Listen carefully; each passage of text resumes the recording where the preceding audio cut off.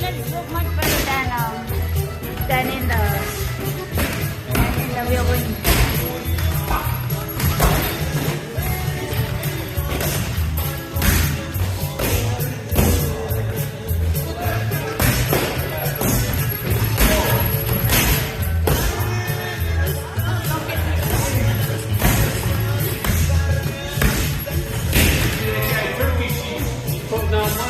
They're going to get Wilder's fighting Zhang, and if he wins, he's going to put him with